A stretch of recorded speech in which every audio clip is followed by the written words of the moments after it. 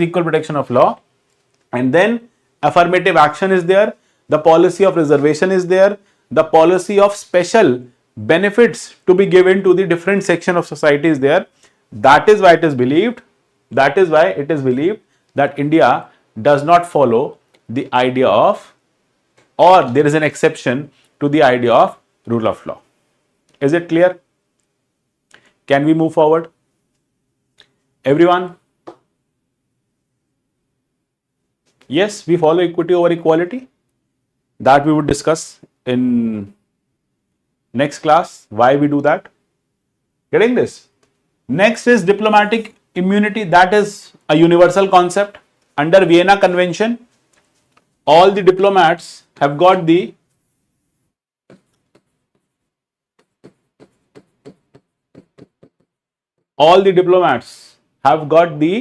benefits. Let us say when you will become an IFS officer. Being an IFS officer, Indian Foreign Services, how many of you want to be the part of Indian Foreign Services? When you will be part of Indian Foreign Services, you would have a diplomatic passport. If you are going abroad on Indian mission, this diplomatic passport will give you privileges. What are privileges? Privileges means absolute right.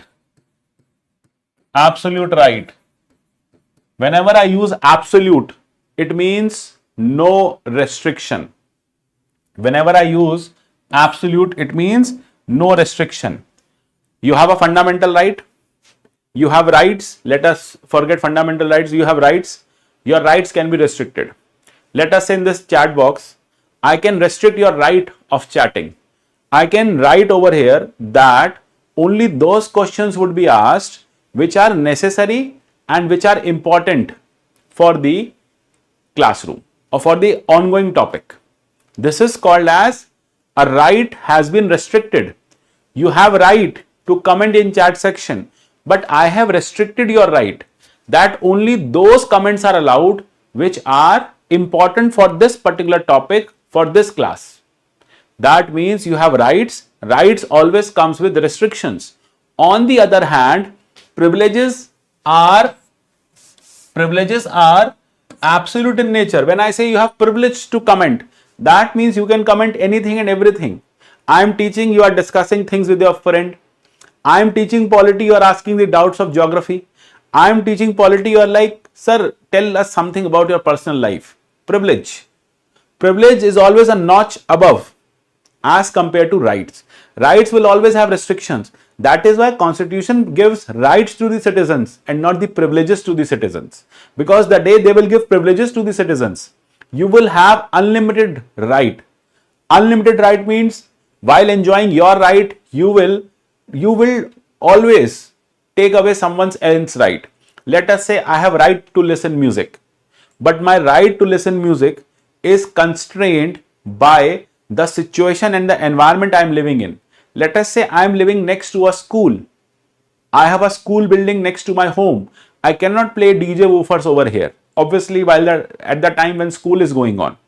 I have a right to listen music. Does not mean I'll play at such a high decibel that my neighbors are getting disturbed. They also have their right to be protected. They have right to peace. I have right to listen music. At the same time, they have right to peace. They want to stay at peace. Getting this? So, rights always comes with restrictions, because otherwise you will take away, you will infringe others' rights. But privileges never comes with restrictions. They are absolute. Do whatever you want to do. And here comes the idea of diplomatic immunity. Diplomatic immunity means whenever you will become a diplomat, you will go abroad on a diplomatic passport. Because on a diplomatic passport, you would be protected by the government of India or by the government you are working in, host government. So what is this diplomatic passport all about? This diplomatic passport has been given to the diplomats so that they can work freely in the other nation. Let us say you are working in Pakistan, you have been posted in Pakistan. Every now and then there would be a fear for life, a fear of life. No one knows, and someone can be kidnapped anytime. Any IFS officer can be kidnapped anytime. So this is where the Vienna Convention gives you this protection that while on a diplomatic passport, when you are on a diplomatic passport, no government can touch you. Host country means over here Pakistan is the host country because you are working in Pakistan on behalf of the government of India. You are ambassador of the government of India. So that means Pakistan is duty bound to protect you. Duty bound to protect you. Why? Because international convention has been signed which has ensured that diplomats should be should be made or they should be allowed to work as per their choice, number one. At the same time, they should be free from any kind of interference from the foreign governments. Let us say, and this was signed in the wake of Cold War, when US or when the other diplomats, Russian diplomats, were working in European nations, US diplomats were working in Russia or in the European countries. So this right or this particular immunity has been given so that the host country should not in any case make this person criminal. Otherwise, what will happen? Otherwise, tomorrow they will charge you for anything. Let us say you are working in Pakistan. Tomorrow they will arrest you for anything. They will come to the embassy, they will arrest you and they will take you away. So that is why this diplomatic immunity has been given. Apart from that, this diplomatic immunity at many times is being misused. Why? Because let us say you are a diplomat, you are working in US, and while working in US, you do a road rage, a road accident, you kill someone, or intentionally you shot someone dead, intentionally. Then also the government cannot arrest you. The government cannot put you on trial, cannot charge you of the murder. Ultimately, what government can do, the government of USA can deport you back. It can ask the government of India, take your ambassador back and please charge him as per the laws of US. He has committed a crime over here, a murder over here. He should not be set free. That is up to the government of India whether they want to charge you or not. After coming to India, you might be set free. So, but if you go as an ordinary citizen, if I go as an ordinary citizen to US on a normal passport, I kill someone, I would be immediately put on trial. I would be immediately given punishment. But when I go as a diplomat, even if I kill someone intentionally, unintentionally, mistakenly, I am protected from any kind of jury, any kind of case, any kind of trial. Getting this? So again, you will say this is not equality, this is not rule of law, because a diplomat and a normal citizen and a citizen. So there is person one, my friend IFS officer, he is posted in US. I am citizen of India, went to visit him. Together we committed a crime. So in that scenario, I would be immediately arrested, put on trial, and he would be set free, and the government of India will bring him back. Deported. Ultimately, what can be done? At most, what can be done? Deported back. Is it equality? Is it equality? No, it is not equality at any cost. It is not equality. So that is why it is believed this is also against the concept of the rule of law. Any doubt? So those who want to be IFS, now you have some extra benefits. Now you can go on the diplomatic red passport and you can enjoy life over there. There has been cases. There was one IFS officer, Devyani 𝐶𝐿𝐴. She was charged of paying less of you can say the labor laws, for the labor laws. So where she took a maid from India, a working help from India, and that working help was being paid as per the Indian salary and not as per the US salary. So if anyone is working in US, the person has to be given as per the US minimum wages. Okay. So Devyani 𝐶𝐿𝐴 happened to be an IFS officer. So she took some house help over there and she was paying house help as per the Indian salary. She was paying 15,000-20,000 in Indian amount, whereas the actual salary in US amount would have been 1.5 lakhs. So that house help registered a complaint against the IFS officer of breaching the labor laws and she was deported back. Ultimately, what can be done? At most, what can be done? You would be deported back. You will not be booked over there.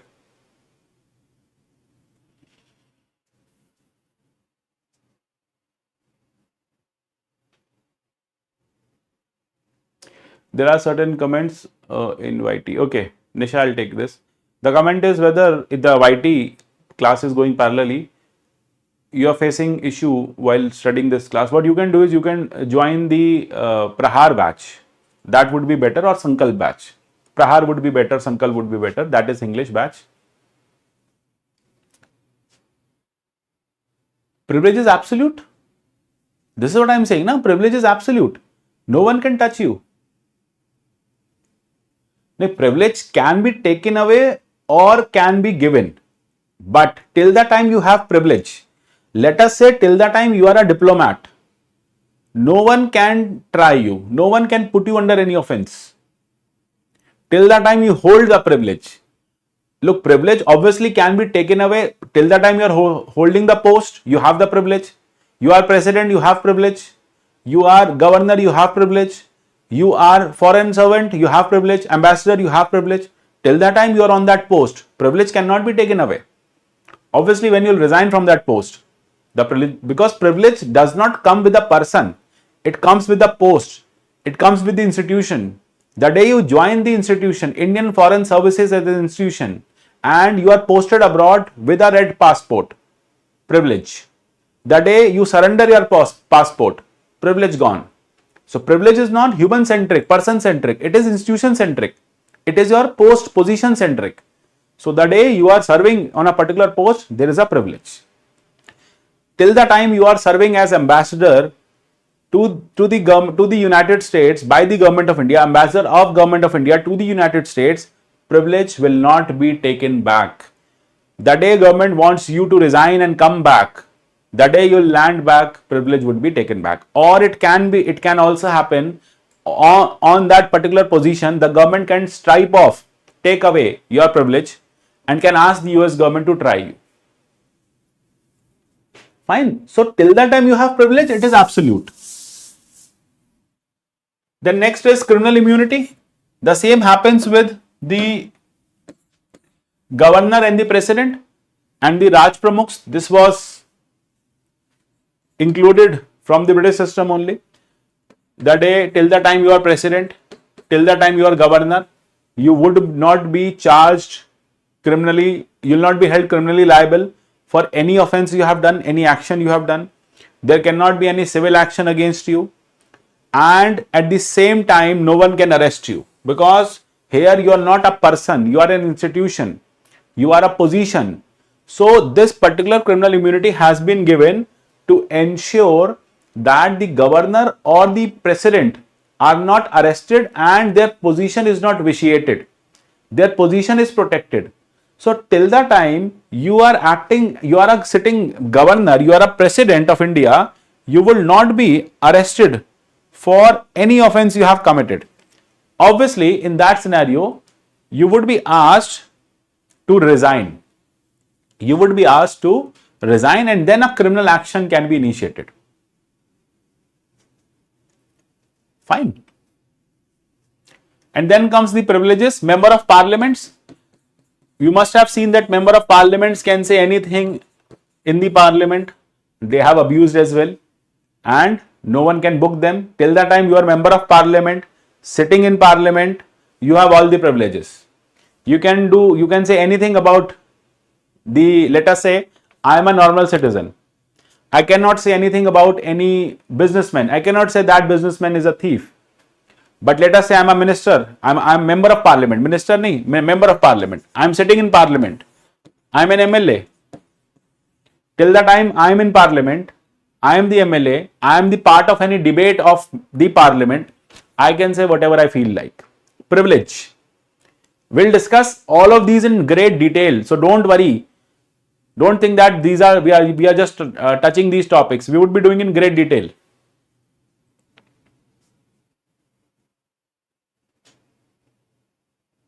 Okay. Yes, they also have criminal privilege. Article 105 also says that they cannot be arrested 40 days prior, 40 days later. We'll discuss everything. We'll discuss in great detail. So don't worry. We are just discussing the exceptions. This we would be discussing in article number 14. This is article number 14 again. Article number 15, article number 16. Diplomatic immunity will not be discussing as such anywhere. This we would be doing just now. This we would be doing in detail when we would be doing Parliament. Fine. So write down something so that you don't feel lost in the universe. After when we don't write anything for a very longer time, it seems that we are lost somewhere.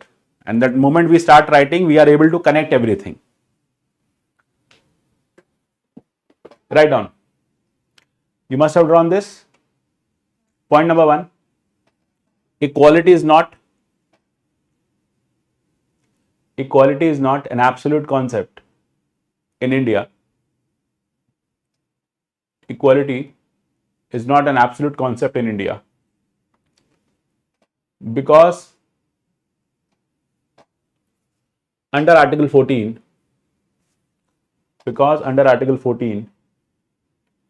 we have the concept of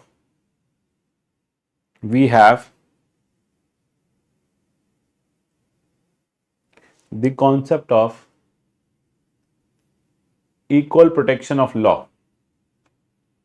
We have the concept of equal protection of law. We have the concept of equal protection of law. What is article over here? Article 14. What are articles?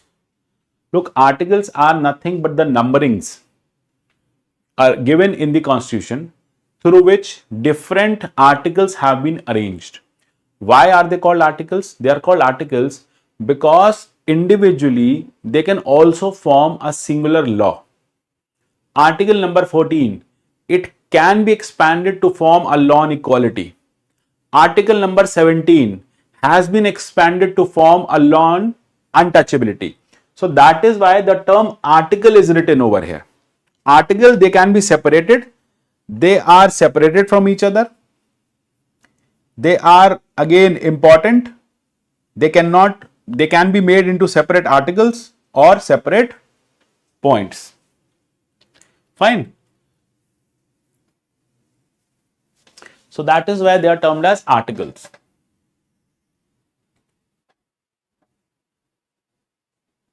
Write down. Next thing is, so under Article 14, full stop. Full stop. Here, HERE, here, equal protection of law means, here equal protection of law means like should be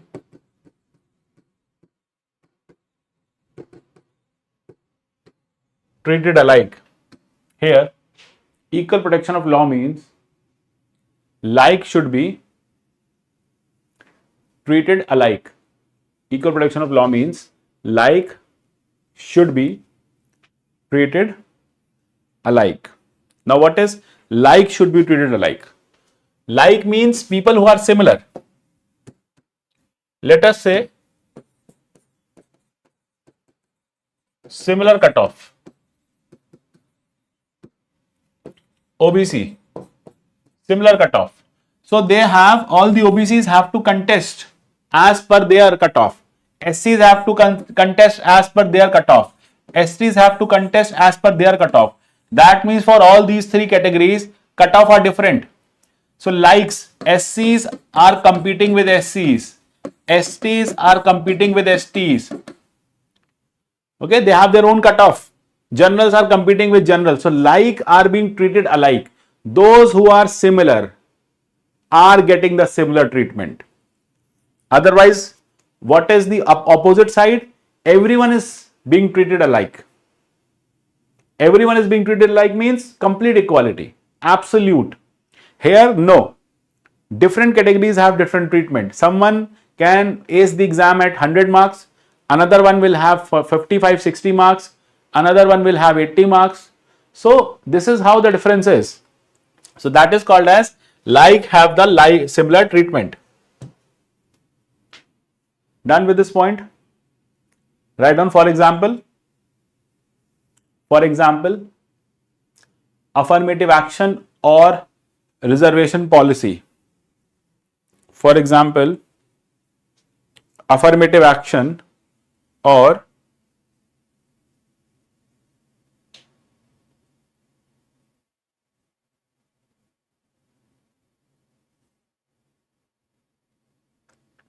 affirmative action or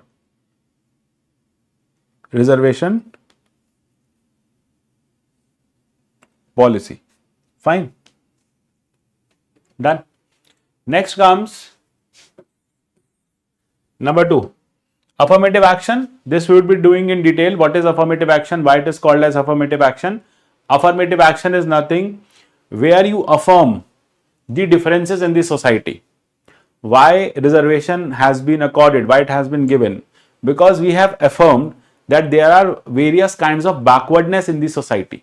Constitution also says that there is social as well as educational backwardness in the system.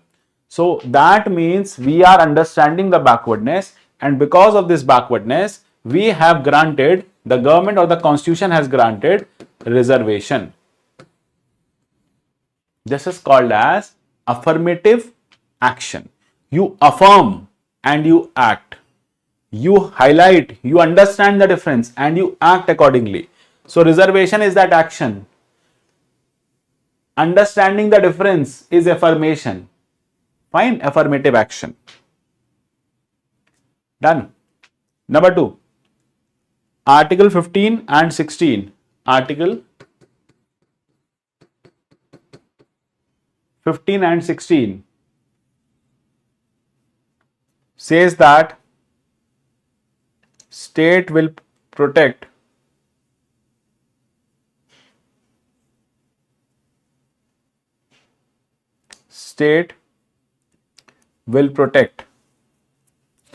the backward section of society.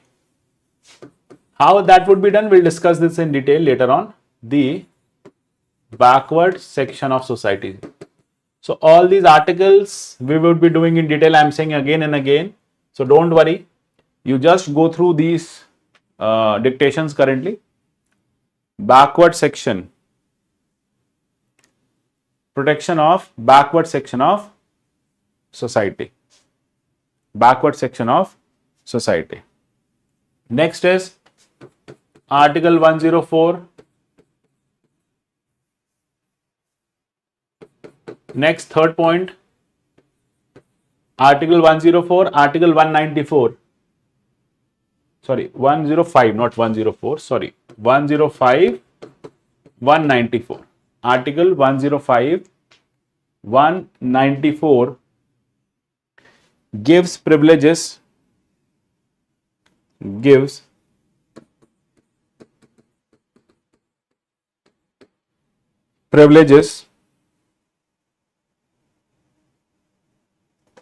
to the MPs and MLAs.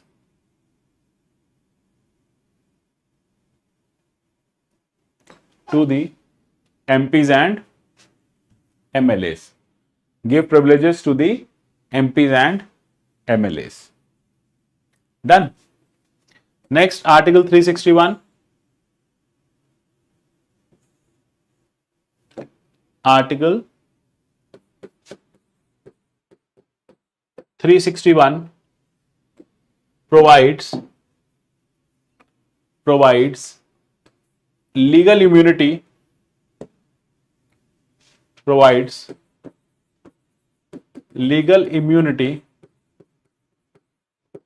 to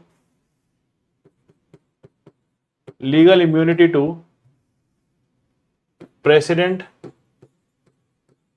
and Governor.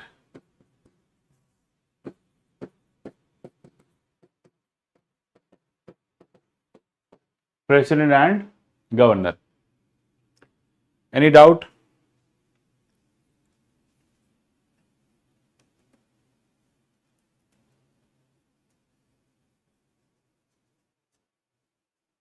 Doubt?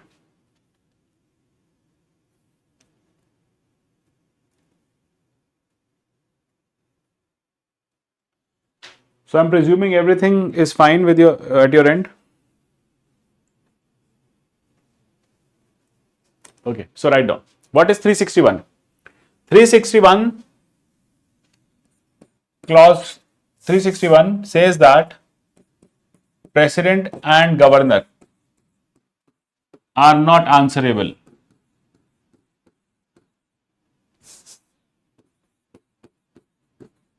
President and governor are not answerable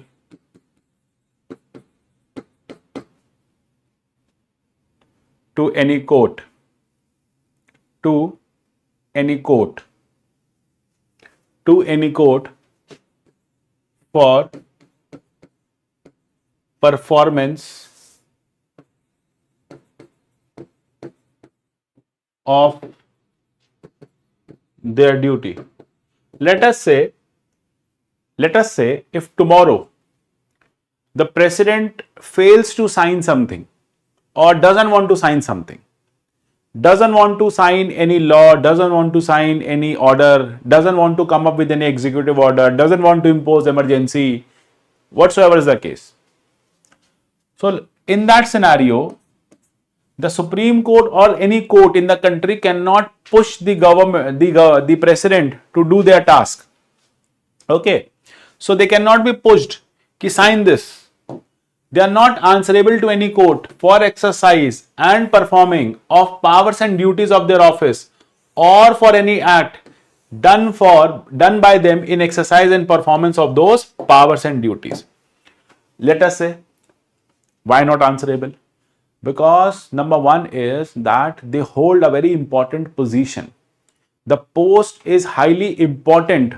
So this post cannot be dictated. It cannot be dictated by the courts. This post has dignity. This post has independence. The president is the protector. The president has the duty to protect the constitution as well. He has to defend the constitution. The Constitution of India says that the president shall protect and defend the constitution. And let us say, I'll just give an example. This example might be a bit tough for you. If someone has got any punishment, if there is some criminal who has got any punishment, the president has a power to grant him pardon. Grant him pardon. If any person has been given death penalty means to be hanged till death, has been given a death penalty. So here, if the person has got the death penalty or any other punishment, any kind of punishment, the president can give him pardon. And a president can reprieve his punishment, president give him some respite, or can say, okay, let him go away. I have given him pardon. I have given him complete pardon. Now he can move away. Fine. And tomorrow it turns out to be that person was a terrorist. After getting pardon from the president, that person was found to be indulged in terrorist activities. Will you hold president liable for this? No. President was doing something, or whatsoever president has done, he has done in his constitutional capacity. President has just performed his duty. Because of certain reasons, there has been miscalculation, because that day or the time this person was given pardon, he was not the terrorist. Later on, he got involved into terrorism. Or he might be terrorist, but no one was aware about that. The president acted upon the evidences only. President acted upon as per his punishment only. He was given punishment for theft. He was given punishment for rioting. That's it. But later on, he was also involved in some terrorist activity. So you will not held president accountable for this, because president is not a person. President is the position. President is the first citizen of India, first citizen of country. President holds the most important position. President is the one who executes the constitution, who ensures that everything is being done properly. President is the one who balances the parliament. Whatever laws you are getting today are becoming laws once president signs it. Okay. So that is why you cannot hold and moreover president is a position. That is why in Europe, in monarchies, it is widely said, let us say if king has died, the queen has died. So that doesn't mean that the queen as a person has died. Okay. So they are basically saying that the queen has died, long live the queen. So that means the institution is important, not the person sitting on the chair. Chair is important than the person sitting on the chair. So over here, when you are protecting president, when you are giving immunity to the president, that means you are protecting the chair over here, the office over here, the institution over here. He is the caretaker. He is the defender. He is the protector of the constitution. So you have to give him certain immunities. Otherwise, he will not be able to function properly. Okay. So write down. So first point you must have written, president and governor not answerable to any court. Write like this only. Second, shall not be booked. Shall not be booked. Shall not be booked. Yes, I am coming to this maxim exactly. Shall not be booked for any criminal offense till the time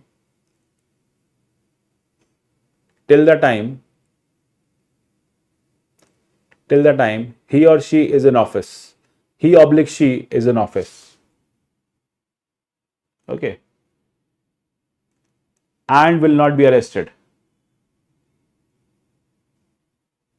And will not be arrested. Got this? So till the time you are in office, office means you are holding the position. You will not be arrested. You cannot be arrested. Next is can be booked for civil offense. Earlier it was criminal offense. Now it is can be booked for civil offense done in personal capacity. For civil offense done in personal capacity. Done in personal capacity. Bracket before or after they joined. Before or after they joined. Bracket close. Done in personal capacity. Before or after they joined. Bracket close. Comma. On 2 months prior notice. On 2 months prior notice. 2 months prior notice.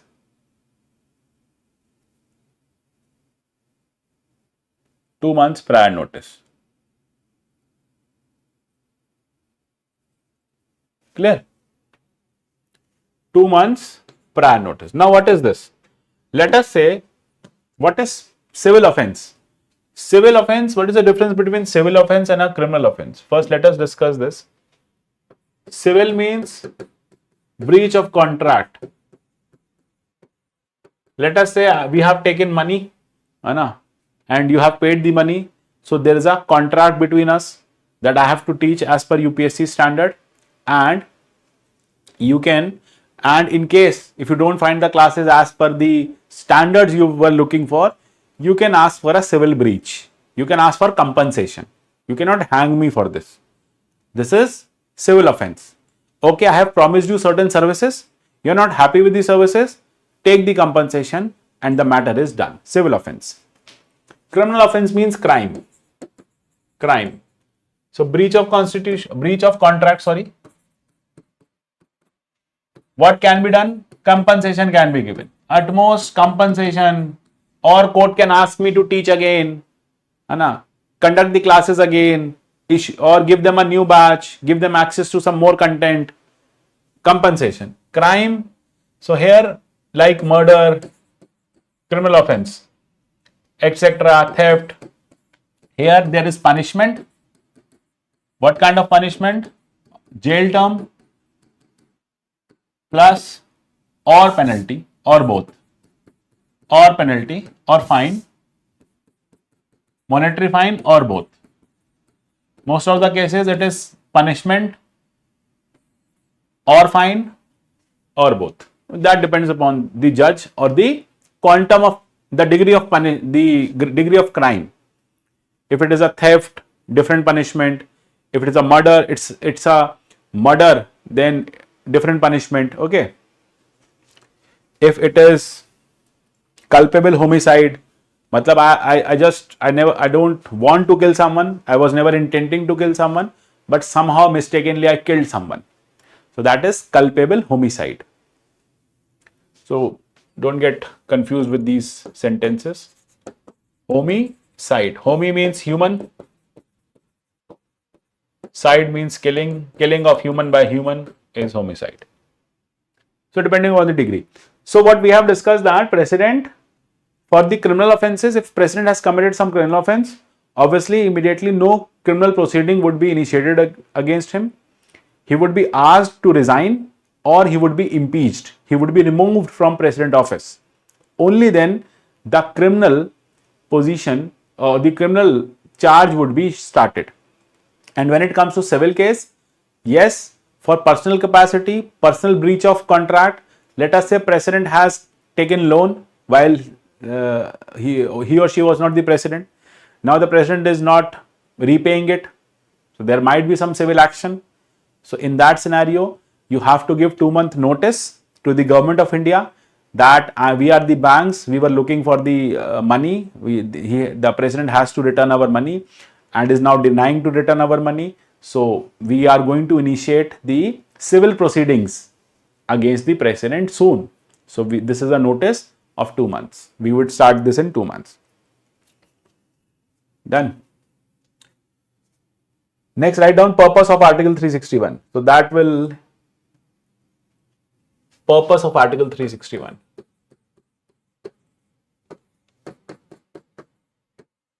Number one is to ensure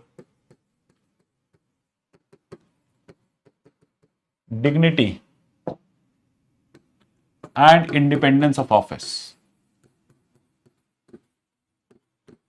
To ensure dignity and independence of office. First thing is you have to ensure dignity and independence of office. Fine. Number two, the president, king can do no wrong principle. Can do no wrong, comma, principle. So there is a principle that they cannot do anything wrong. Fine. And the third one is to ensure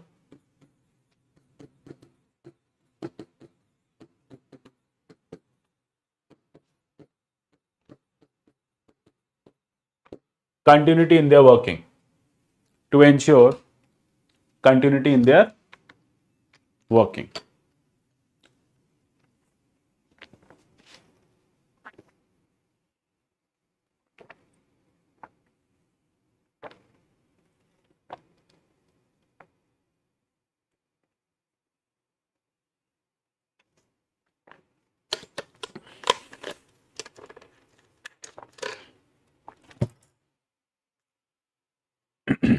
Done.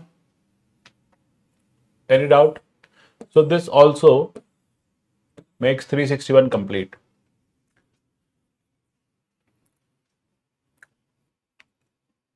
Next point is point number 5. Diplomatic immunity. Point number 5. Diplomatic immunity through Vienna Convention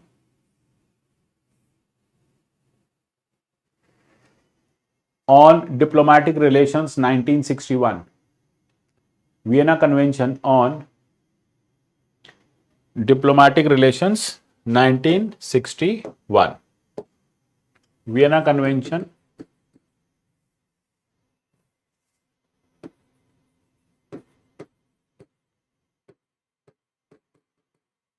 on Diplomatic Relations 1961. Clear? Any doubt?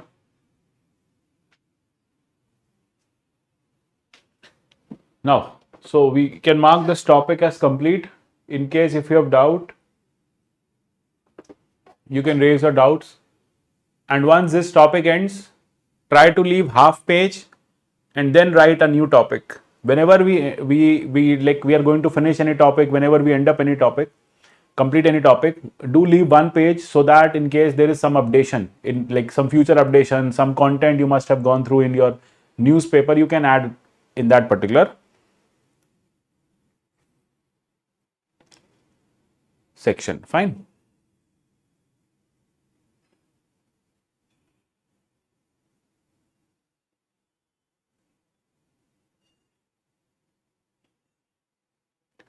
Any doubt? No doubt at all. Next topic is separation of powers. Separation of power. Why the idea of separation of power emerged?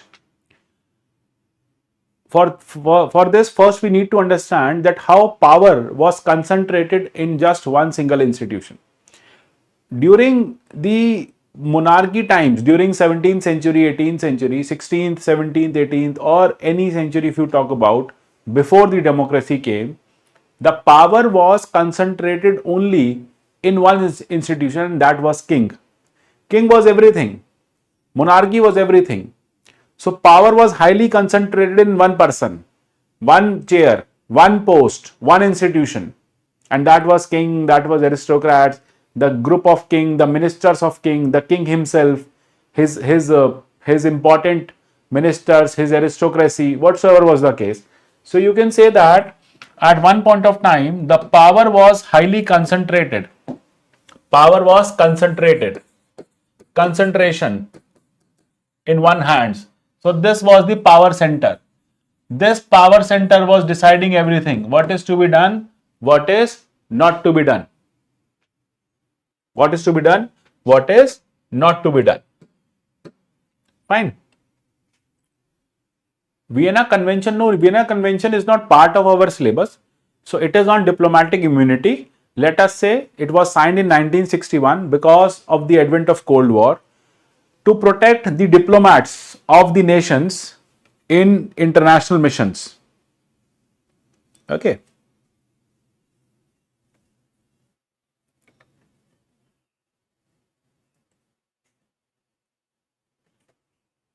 So if you want a detailed note, so I can provide you once the class ends. Otherwise, it is not part of polity. It is just a concept which we need to discuss.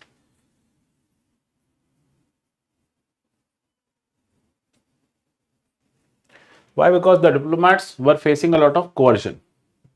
Now, separation of power. First three topic. Which one?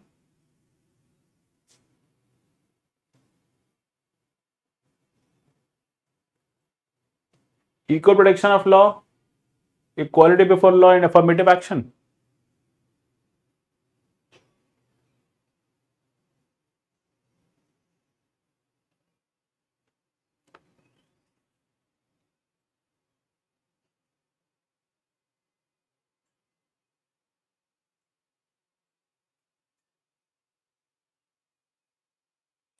Look, equality not absolute. It means that people are not treated equally. Someone gets the benefit of reservation, someone doesn't get the benefit, they are into the general category. Equal protection of law comes from this idea only. Law treats everyone unequally, that means similar people are getting the similar kind of treatment. And from this flows affirmative action. That how will you do that? You will do that through reservation, you will do that through an affirmative action. You have taken an action because you know there is inequality in the society. So because society is unequal, there is inequality. That is why the government has come up with the idea of, the constitution provides, or the idea of special benefits or reservation. Okay, the government can take special measures.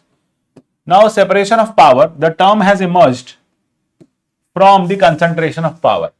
Earlier, the power was in one hand. That is why there was a demand to deconcentrate it, to separate it, and this is how the separation at one point of time happened. Separation here means that one person will not do everything.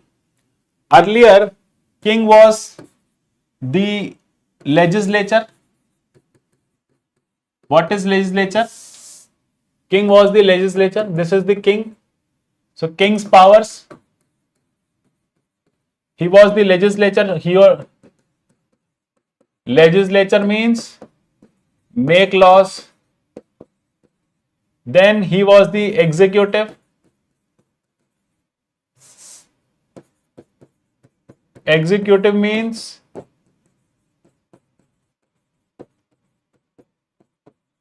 implement laws, and he was the judiciary. Judiciary means to check laws. All of these powers were in the hand of king. Now let us say I have the power to teach, to decide what to teach, and to check whether I am teaching in the right manner or a wrong manner. I am the one who will decide what to teach. I am the one who will decide how to teach. I am the one who will be given the feedback, or who has to give the feedback of my own class. What would happen? What would happen? What would happen in that case? You are the government, you are the judge, you are the DM, you are everything. So this brings us to a very famous quotation that whenever you have power, power corrupts you. There is a tendency when you have power, you will become corrupt. But when you know your power is unchecked, no one would be able to stop you. You are the king, you are the judge, you are the government. Fine. So that means you would be become absolutely corrupt. So power corrupts. Absolute power corrupts absolutely. When I know there is no one above me, when I know no one is there to check me, when I know no one would be able to remove me, I'll become the dictator. And this is what was being witnessed in the French societies, and that is why a famous philosopher, Charles Montesquieu, he came up with the idea that we need to separate the power. If one person has all the powers, that person would become dictatorial. That person would take away our rights. Tomorrow, let us say tomorrow PM Modi, he is the PM, he is the DM, he is the judge. And then he comes up with a law which says that internet services would be banned for 3 days. Where will you go? You will go to a judge. Who is the judge? PM Modi is the judge. You will say, Judge, this order is wrong. Judge will say, no, it is completely right because it is my order. So when you are everything, tendency is high that you are going to be corrupt. So when legislative, executive powers are united in same person, same body of magistrates, there will be no liberty. Where will you go? They'll take away your liberty. Apprehensions may arise that some monarch, senate should enact in a tyrannical manner. What is tyranny? Tyranny is the corrupt form of monarchy. Monarchy might be good. There are good kings. There were good kings. If you take the example of the king of Bhutan, he was a very good king. In fact, he happened to be very first among the kings of the world who was ready to give democracy to their people, to his people. He was like, take the democracy, become happy. The world is enjoying democracy. Why are you under monarchy? So monarchy is not bad. Monarchy means one man rule. There can be a good monarch or a bad monarch. Bad monarch is tyrant. The tyrant means a person who does lot of oppression. In Hindi it is said atyachari, a lot of oppression, an oppressive. So the word would be very tyrannical in nature. There is no liberty. Judiciary has no power. Judiciary would not be able to check what wrong is being committed in the system. So that is why Montesquieu was of the view that why to have one person and why to give all the powers to him? Let us separate the powers. And this is where he gave birth to the idea of the legislature, executive and judiciary. Legislature, the one who sits in the parliament, make the laws. Executive, the one who implements the laws. Judiciary, the one who checks the laws. If legislature is not making a good law, the executive would stop it. No law in the country can become a law. No law of the parliament can become a law unless president signs it. If president denies, I will not sign, it will not become law. And when president will do that? Because president is duty bound to protect, to defend the constitution. And let us say together they have passed a law which is not a good law. They have a confluence. They have done an agreement. Let us pass a bad law. Who is going to check it? No. Then judiciary is there to check it. Judiciary will check whether the laws passed by them are fair enough or not. Judiciary is there to tell them time and again, do your duty, make the law. You should take care of the people. So judiciary is there as a protector. Judiciary is there which protects your fundamental rights. Judiciary interprets the laws and judiciary ensures the democracy is balanced. Okay. So that is why he was of the view that let us divide this king's power. Let us deconcentrate it. It is everything over here. Let us systems. And this is where the three branches of government, together they are called as three branches of government. All of them are government. This is also government. This is also government. This is also government. Together, three branches of government took birth.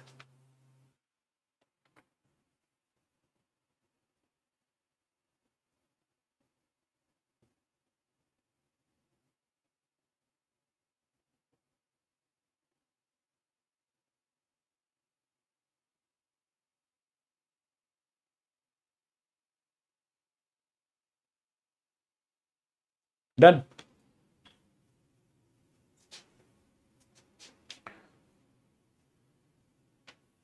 Yes, president isn't answerable. Exactly. He is not, she is not answerable. But yes, if any law has been passed, which is unconstitutional, then judiciary can strike it down. Judiciary can ask them, parliament, to make a law. Why don't you make a law on, why don't you check the policy of reservation? Why don't you make a law on free education? And if they have passed a law which is not a good law, so obviously judiciary can come forward and check it.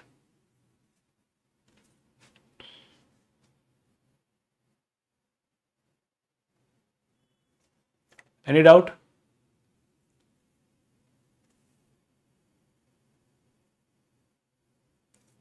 Now write down separation of power. Heading is separation of power.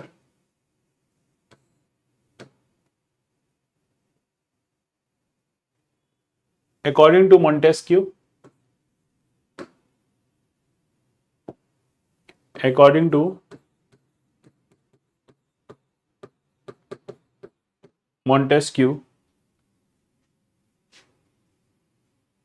Montesquieu, the idea of separation of power,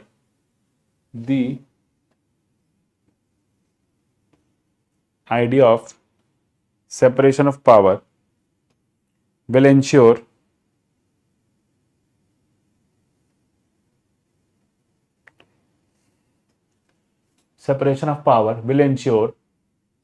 that all branches of government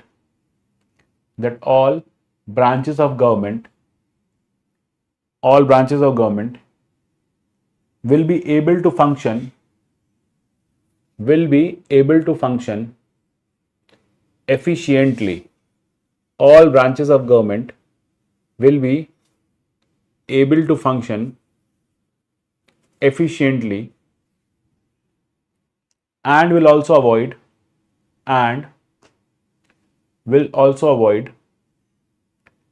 the concentration of power,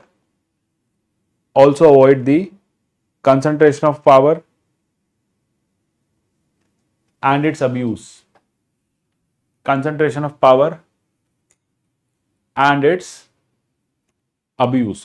So what Montesquieu is trying to say, that if we will divide the power in the different branches, so there would not be the concentration and obviously there would not be any abuse. So no one would be able to use the power extensively. So power of one is being checked by another, power of another is being checked by another. In fact, in judiciary also, the power of judiciary is being checked by legislature. You must have come across one case of judge of Supreme Court. He has been, you must have seen what has happened, of High Court, you must have seen what has happened there. So now the Parliament can take a call. If the judiciary does not ensure that judge resigns, then Parliament can take a call and impeach the judge, remove the judge. Fine. So if they are doing some wrong, they would remove them. If they are doing some wrong, they would ask them to do it properly. Okay, so they would ensure that they are doing it properly. So that this is where the idea is to ensure efficiency, and the idea is to ensure that no concentration is there. Apart from that, we have also wrote a concept called functional efficiency. What is functional efficiency? Functional efficiency. We have just written something. Functional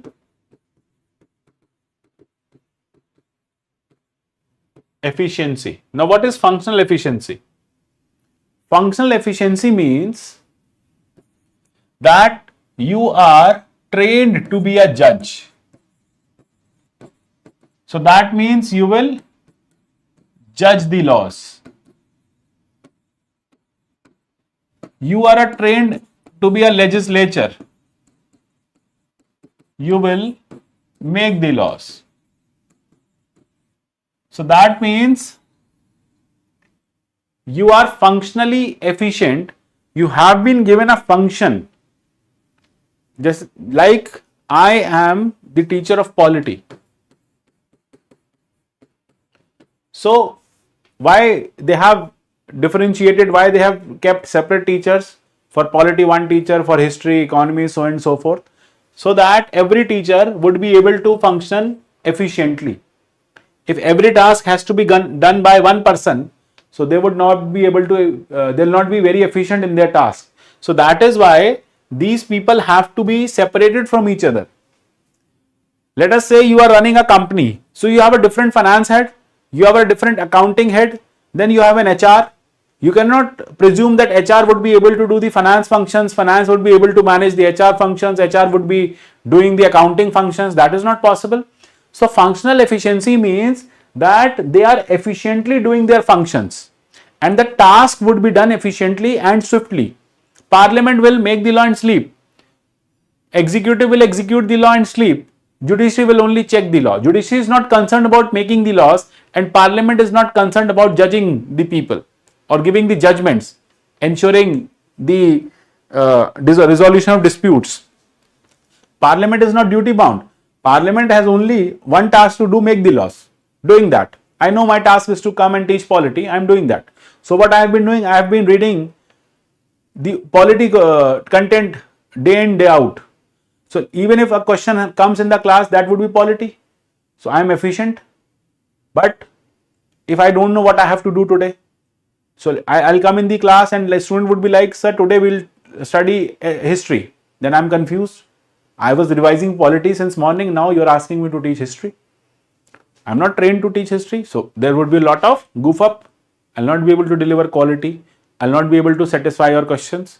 So this is where efficiency comes once the branches have their separate functions. Okay. Full stop. Next is to avoid this problem. To avoid this problem, separation of power was introduced. Separation of power was introduced. Now write this quotation. You can use this in your essays as well. If the essay comes, write this. It is necessary from the very nature of the thing. It is necessary from the very nature of thing that power should be a check to power. For one powerful person, you need to have another powerful person. Power should be a check to power. Power should be a check to power.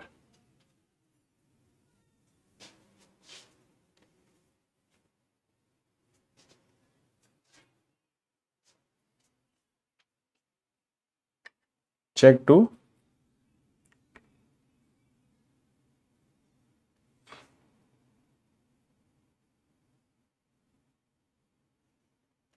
advantages of separation of power.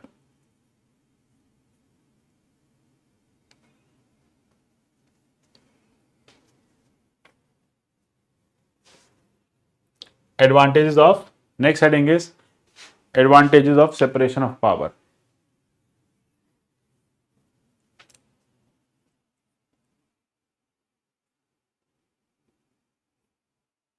Fine. Now what are the advantages?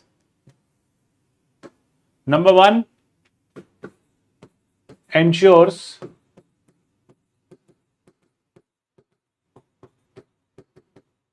civil liberties. Advantage number one is it ensures civil liberties. That means your liberty would not be compromised. Tomorrow if the government comes up with a law that we are constraining your liberty, we are stopping your movement, you can go to court and claim your liberty back as a fundamental right. So first thing over here is because the powers are separated, there is no dictator, no dictatorship can happen, so your liberty would be preserved. So ensures civil liberty. Second is efficiency in the system. Second is efficiency in the system. Third is ensures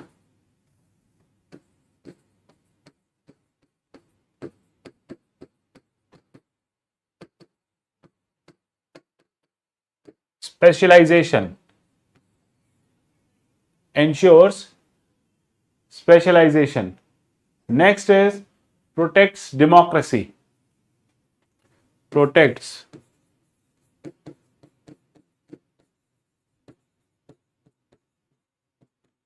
democracy. Next is protects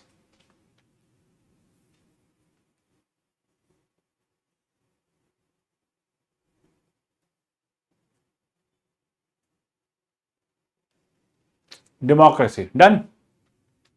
So here you have the advantages of separation of powers. Now next is status in Indian Constitution. Do we have the separation of power? There was a question in mains. Does India follow the separation of power or checks and balance system? What exactly are we following? Do we have a complete separation of power, or there is a system of checks and balance? Heading is status in Indian Constitution. What status do we have in Indian Constitution?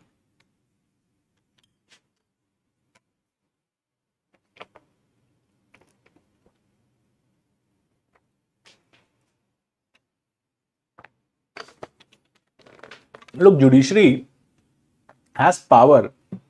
That depends from judge to judge, that they should maintain some sanctity. There's a way of respecting the other people as well.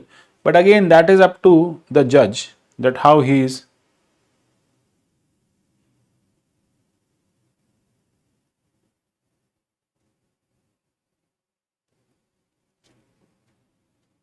Fine. So that is why. So there is no disrespect as such, but again, it depends on the judge, that how he wants to treat others. President is part of Parliament. Article 79 says that Parliament consists of Lok Sabha, Rajya Sabha and President. So he is no doubt the head of executives, but Article 79 says that he is the part of Parliament, though he doesn't do parliamentary functions. His only task is to ensure that Parliament is being run smoothly. He is the caretaker. He is the one who is the head over there. He starts the Parliament. He starts the Parliament by giving the special address or annual address that we would be discussing. But yes, 79 says that he is the part.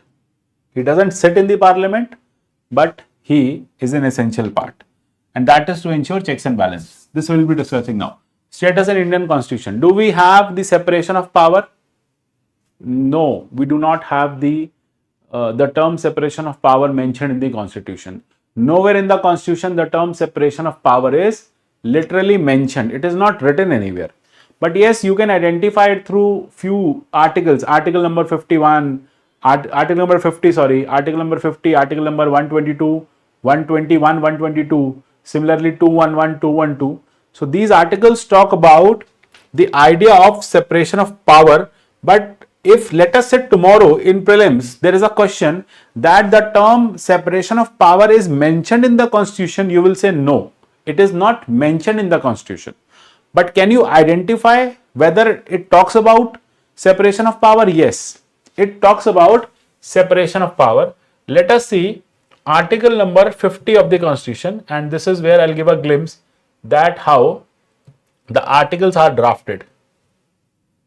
Moreover, you don't have to purchase PM Bakshi or any Bear Act.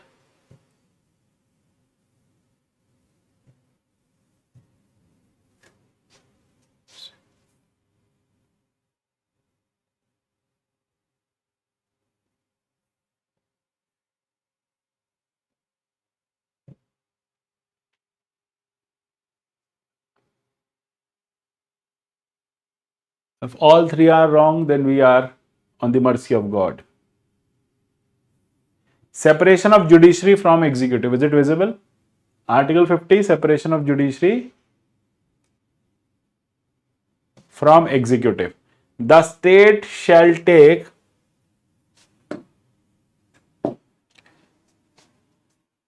steps to separate judiciary from executive in the public service of state.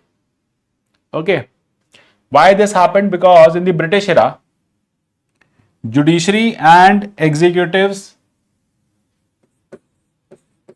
in British India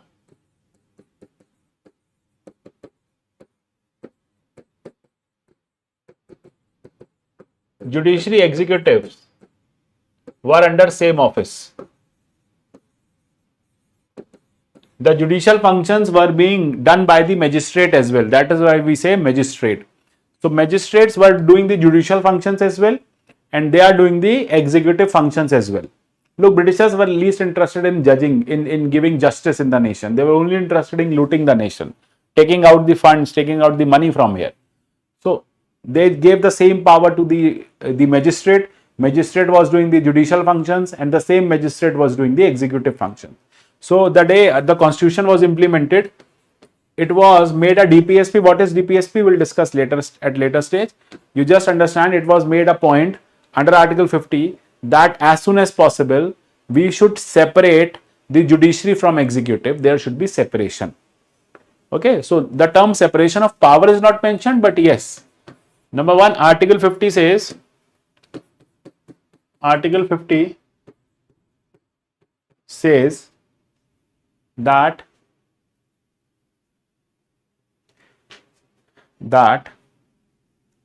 separation of judiciary and executive, separation of judiciary and executive should be done.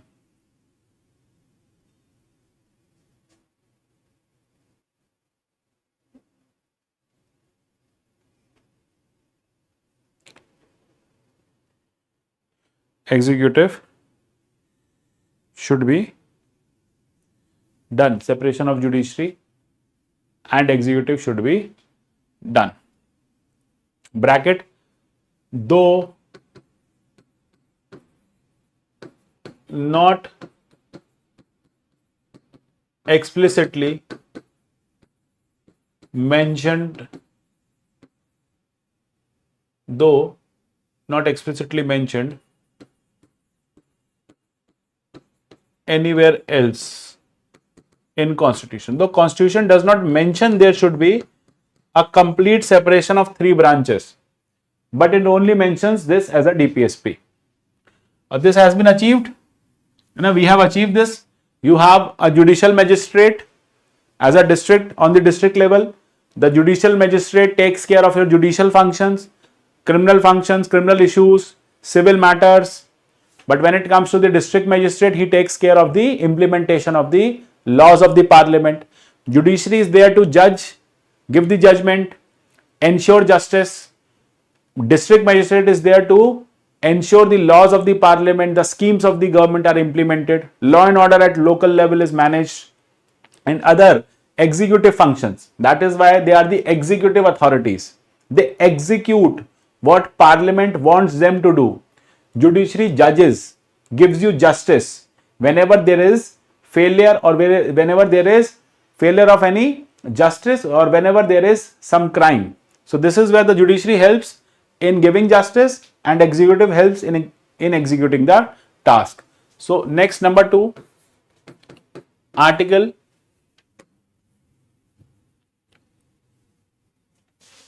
121. Article 121 says that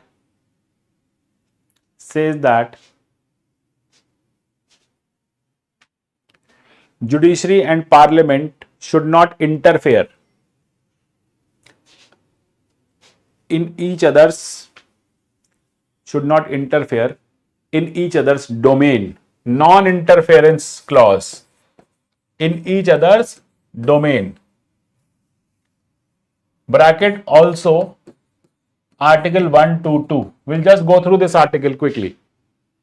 Now what 121 says that no discussion shall take place in parliament with respect to conduct of any judge of Supreme Court, High Court in discharge of his duties, except upon a motion presenting an address to President praying for the removal of judges.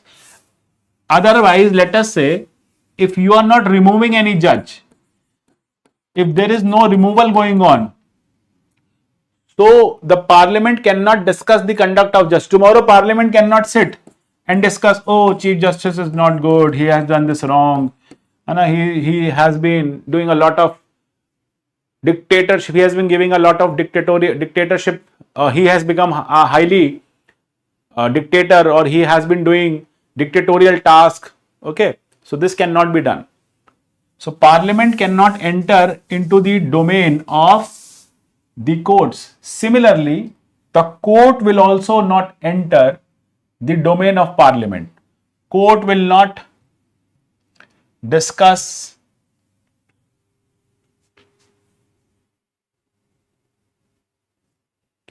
court will not inquire into the proceedings of parliament. So what is going in parliament? Let parliament do. Let us say tomorrow the parliament does not sit because of quorum, or let us say tomorrow the parliament is on holiday, or the government declares or the speaker declares that parliament would be on leave for 1 week. Court cannot say that this is an essential time, you should sit and make laws. Okay. So the way parliament want to function, let the parliament function. Some bill is going on, some discussion is going on. Let us say parliament is going to pass some bill taking your fundamental rights. Parliament is about to pass some bill taking your fundamental rights. Court cannot interfere till the time the bill is under consideration in parliament. Till the time the bill is under consideration in parliament. Once the bill is approved, passed, sent to the president signs it, it becomes law. Only then the court can check the validity and the constitutionality of law. Till the time parliament or the court cannot interfere. Okay. So once it becomes a full-fledged law, fine. So parliament is just discussing a bill. What exactly is bill? What exactly is law? Let us quickly go through this. Draft. Legal draft. Draft means not passed. It is called as bill.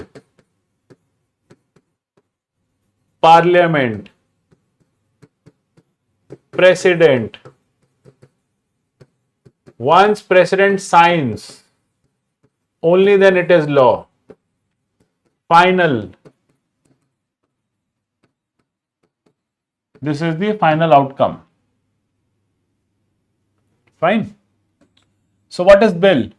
Bill is a temporary, it might change, it's a temporary thing, it is under discussion, it has not taken shape yet.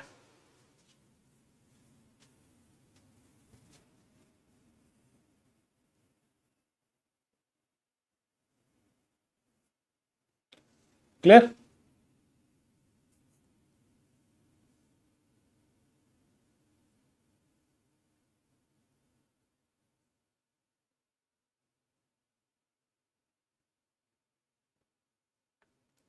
Okay, so write down.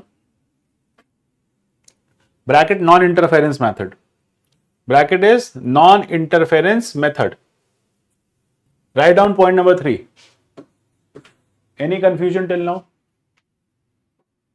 Non-interference method. Point number 3. Separate functions for executive and parliament.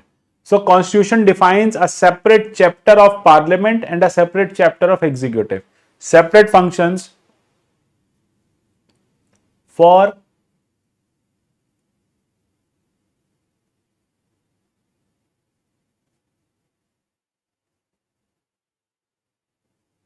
separate chapter for your functions for executive and parliament. No, so you have under constitution you have separate chapters. Article 52, Article 78. It talks about executives. Article 79, Article 123. It talks about parliament.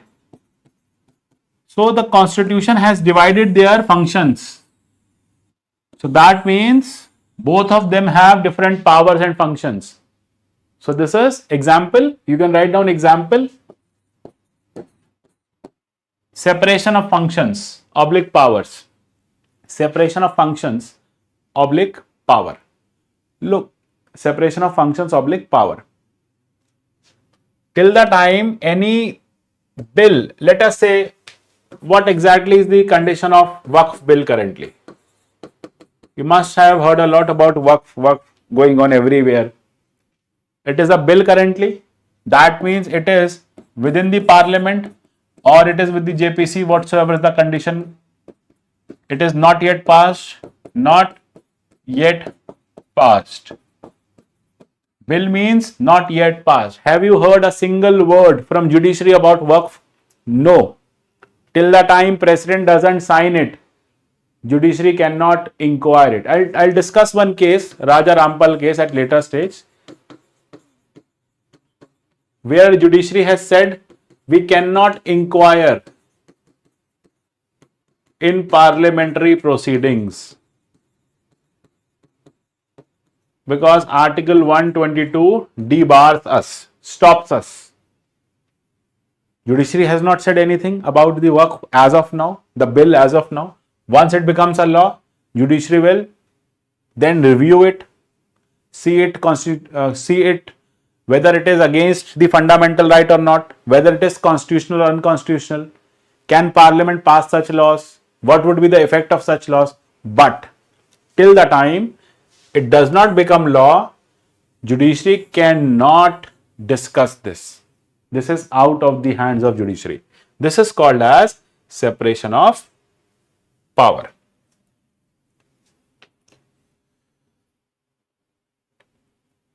Next is we have independent judiciary. So in India, judiciary is independent. Independent judiciary. Next point, independent judiciary. How independent judiciary? You have Supreme Court, we have High Court, we have subordinate courts. These work in independence. The government cannot ask the judiciary to give the decision in this way, in that way. Okay. Plus, the government does not sit in the judiciary. The judges are the qualified part of the judiciary only. They are not the part of the parliament or executive. They are separate functionary. They have their separate function. They are independent of the government. They will give judgment as per their own understanding, as per the objective idea, objectivity, subjectivity, whatsoever is involved. The way they want to give, they will give. But you cannot say, yes, they have given the judgment after discussing with the government. CJI will not go to PM's house and discuss what shall be done. CJI, Chief Justice of India, is an independent office. Judiciary is an independent office, independent institution. Fine. Done. And the last one is Article 361. Article 361.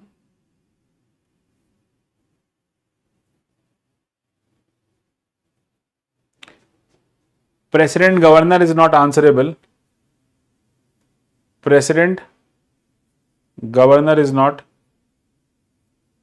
answerable to any court. Waqf bill will discuss in article number 26. It is the bill with regard to the regulation of the properties currently being owned by the Waqf board, the board which takes care of the properties of Muslims which are currently not owned by anyone or have been donated for charity. In Muslim religion, you can donate your property for the benefit of charity, for the others' benefit. Those properties, movable, immovable, are then controlled by a board called as Waqf board. And once the property has been given to Waqf, no one can take away, no one can sell that property. We'll discuss this in detail. Next, done up till here. Next heading is status under different constitution. Next heading is status under different constitutions. Status under different constitution. Now, what different constitutions we would be studying and why we are studying? There is a topic, comparison of various constitutions. In your syllabus, there is a topic called comparison of various constitutions. That topic would not be done in isolation. As and when I would be discussing a topic, I'll try Let us say I'm discussing fundamental right. I'll compare the fundamental rights of India with fundamental rights of US or with Britain, anywhere. Okay. So comparison, status under different constitution, comparison. Does other constitution have the idea of separation of power? This is what we are going to discuss. Look, America originally started with complete separation system. In America, there was a judiciary, executive and legislature, and they were not working in tandem to each other, or they were completely separated. They were not working in a check and balance system. So judiciary will check the laws, so judiciary will judge the country. Judiciary was not allowed to review the laws of the parliament or the laws of president. Parliament was making their own laws and president was independent to make their laws. First, we need to understand that what exactly is the system of US. US has a presidential system. You must be aware about this. Trump is quite famous these days. Presidential system. Apart from that, you have a Congress over there. Congress consists of two houses. One is the upper house, the Senate. Then is the House of Representative.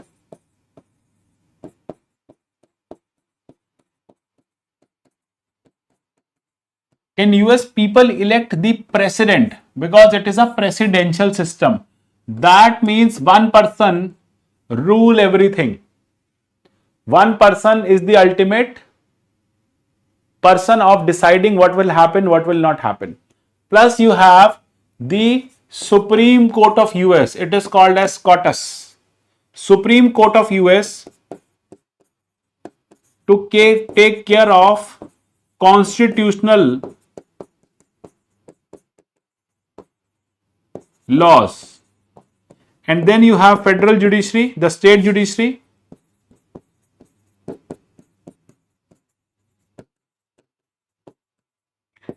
To take care of state matters. State matters. Matter of murder, crime, civil. Supreme Court of US would only do the constitutional functions or take care of the constitutional matters. So this is how the system in US is working. Earlier it was complete separation. The Supreme Court of US was not allowed to review the laws of the Congress or the laws of the president. They were free to make any law. But at one point of time, it was decided that judicial review should be allowed. Whatever laws they are making, the court should be able to check those laws, should be able to review those laws. And this is where US at one point of time became a checks and balance system. If they are doing something wrong, they will check it and balance it. If they are doing something wrong, they will remove them. This is called as checks and balance. Look, every democratic country would now not have the idea of complete separation of power, because complete separation of power would mean that you go your way, I'll go my way, and none of ways should clash. That is also wrong. If I allow judiciary to do whatever they want to do, so they will not listen to us. If we allow parliament to do whatever they want to do, they will also not listen to us. So what can be done? Okay, for parliament we have this proposition that come after 5 years we will not vote for you, we will change the government. But can you do this with judiciary? Can you tell the judge we will not vote for you next term? If he has been made a judge, he will remain in Supreme Court up till 65 years of his age. You cannot remove him. You cannot threaten him ki next time I will not vote for you. So that is why you need to have one system checking the other system. That is why balance can be drawn. If you want to ensure a balance, you need to ensure that all of them would be able to check each other. All of them would be able to take control of each other. Ensure that no one becomes highly powerful and everyone does their job. If someone is not doing their job properly, the court will ask to do their job properly. If court is not doing their job properly, they will remove the judges. They're like, we will remove you if you will not do your job properly. This is called as check and balance. Check whether everything is going right, and if it is not going right, balance it by doing that. Fine. So write down earlier,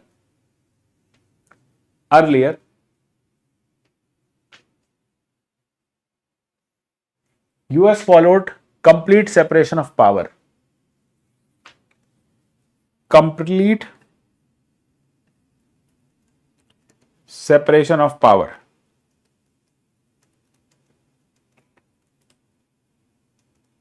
But later on,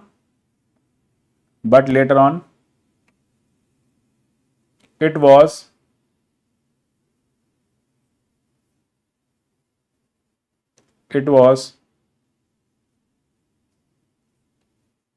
converted into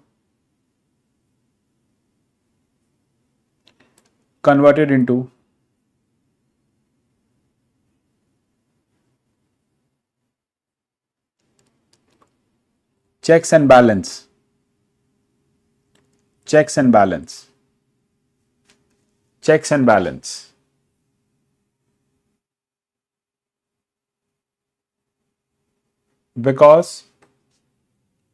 Because Marbury versus Madison case 1803 established idea of judicial review. Marbury versus Madison case 1803 established idea of judicial review. Fine. Now, what is current scenario? Current scenario over there. What current scenario you have?